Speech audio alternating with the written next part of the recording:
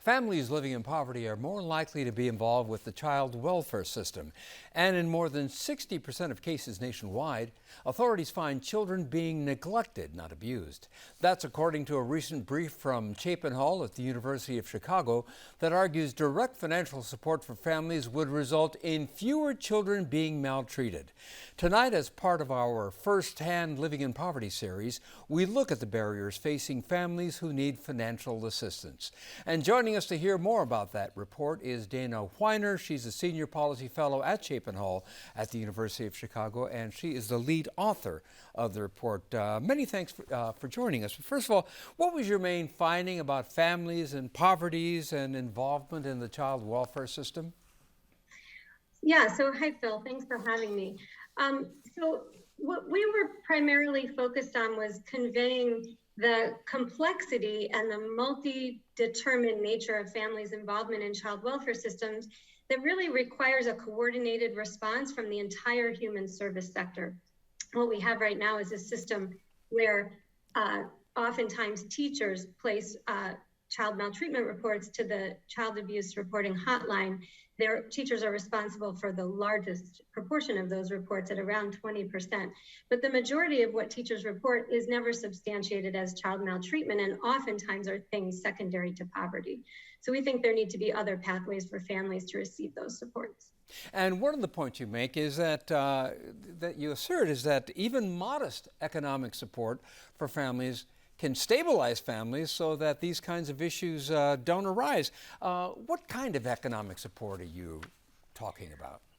Well, so the research suggests that things like housing and childcare subsidies, in addition to other benefits, provide families with the opportunity to stabilize and promote safety and well-being of the children in their care. I think we're at a key juncture now because we're going to be able to observe the impact of direct cash payments to families more and more. And many researchers are discussing what the best way is to evaluate those direct supports that are currently being dispersed as part of the child tax credit.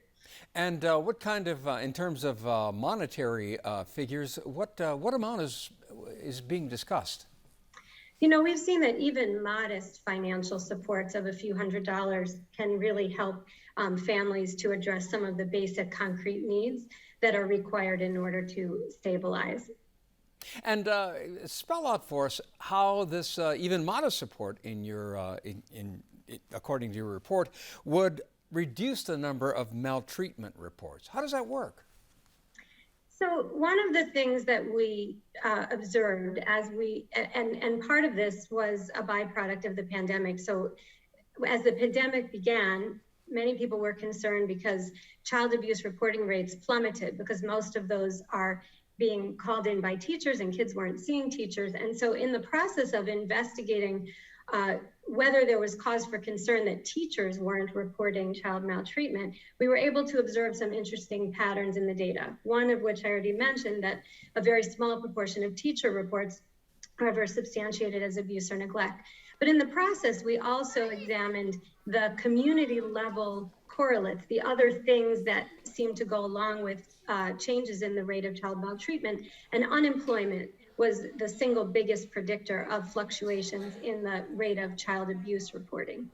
So there are a number of different theories about why that is, about how economic hardship and economic risk contributes to risk to child safety. Some of that has to do with parental stress, but a lot of it has to do with the systems that are set up to detect problems among families really are only left with a single option, which is a child protection services hotline call, as opposed to a network of community-based supports, a safety net, so to speak, that families could access to get help.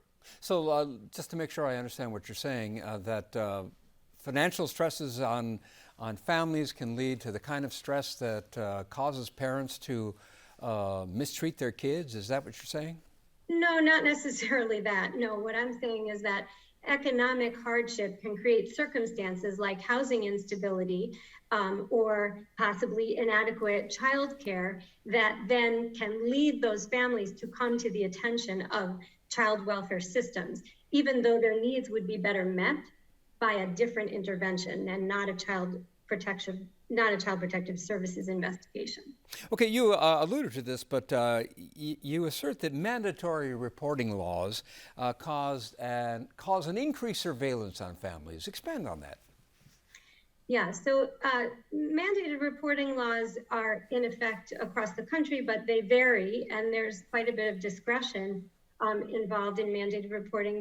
But as I mentioned, teachers being one of the biggest sources of those reports, often report a variety of concerns, many of which would be better addressed by another system. A child welfare investigation initiates a punitive and expensive and intrusive process. What we've seen in the research is that alternative pathways, things like differential or alternative response, provide an opportunity to give families some of those economic supports, but also other types of supports without having a child protection investigation when there is likely to be no substantiated maltreatment.